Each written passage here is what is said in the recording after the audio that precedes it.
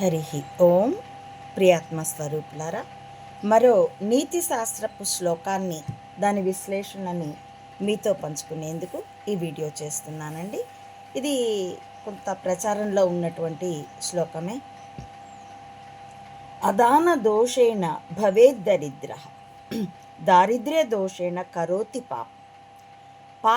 పాపాదవశ్యం నరకం ప్రయాతి పునర్దరిద్ర పునరేవ పాపి. అదాన దోషేణ, దానం చెయ్యని దోషం, లోభత్వం. ఈ దోషం కారణంగా భవేద్ దరిద్ర, దారిద్ర్యం వస్తుందట. ఇచ్చిన వాడికే వస్తుంది సంపద అని పెద్దలు అంటారు. కాబట్టి అదాన దోషేణ భవేద్ దరిద్ర, దానం చేయని దోషం కారణంగా దారిద్ర్యం వస్తుంది. దారిద్ర్య దోషేణ కరోతి పాపం.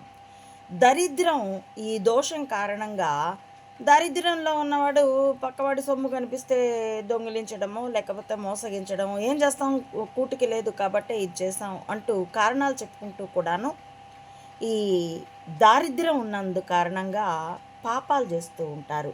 పాపాదవశ్యం నరకం ప్రయాతి, పాపాలు చేసినవాడు అవశ్యంగా, తప్పనిసరిగా నరకానికి వెళ్తాడు.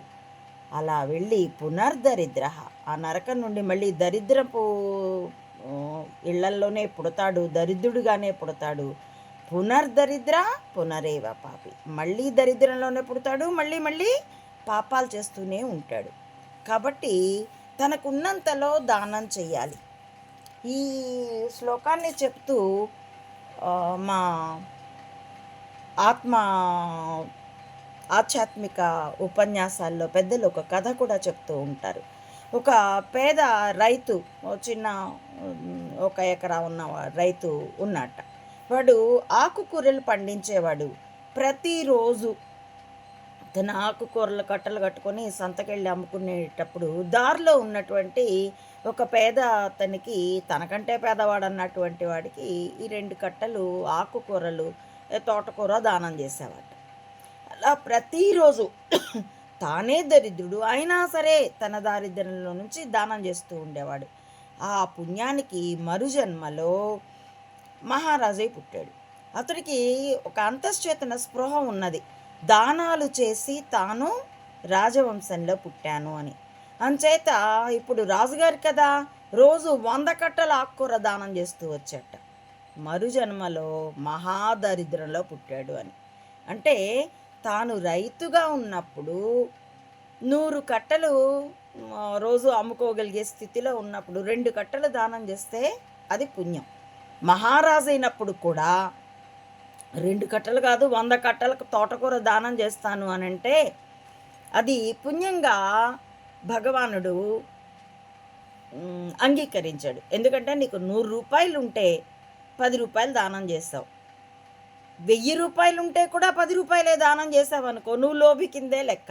నీకున్నంతలో ఇంత శాతం, నేను ఇంత సంపాదిస్తే అందులో ఇదిగో 5% లేదా 10% దాన ధర్మాలకి, ధర్మ కార్యాలకు ఉపయోగిస్తాను అనుకోవాలి.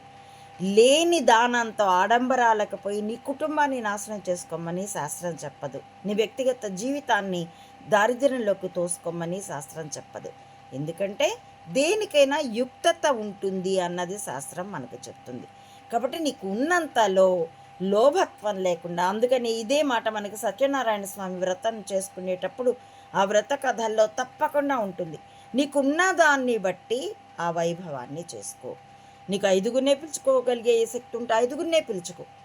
కేవలం ప్రసాదమై పట్టగలిగే స్థితి ఉంటే అలాగే చేసుకో.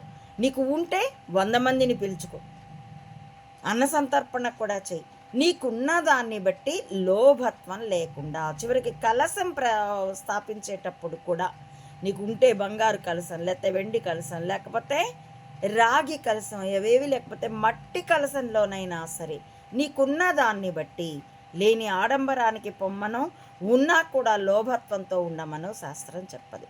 కాబట్టి అదాన దోషేణ భవేద్ దరిద్ర. కాబట్టి దానం చెయ్యని వారికి దారిద్ర్యం ప్రాప్తిస్తుంది.